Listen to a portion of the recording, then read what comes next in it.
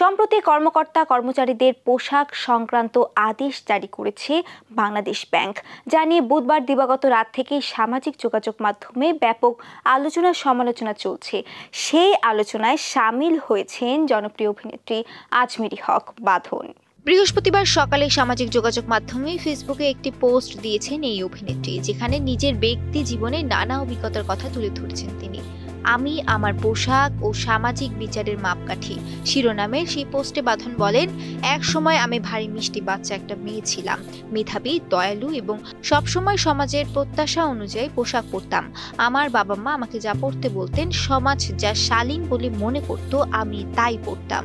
কিশোর বয়সে আমি কখনো জিন্স পরিনি, কারণ সমাজের চোখে এটা কেবল বাজে মেয়েরা পরে। বাঁধন বলে, একটা পারফেক্ট মেয়ে হওয়ার জন্য মনস্থির করেছিলাম সমাজ আমার কাছে যা চায় তার সেরা ভার্সন, কিন্তু তারপর আমার পৃথিবী ভেঙে পড়ল।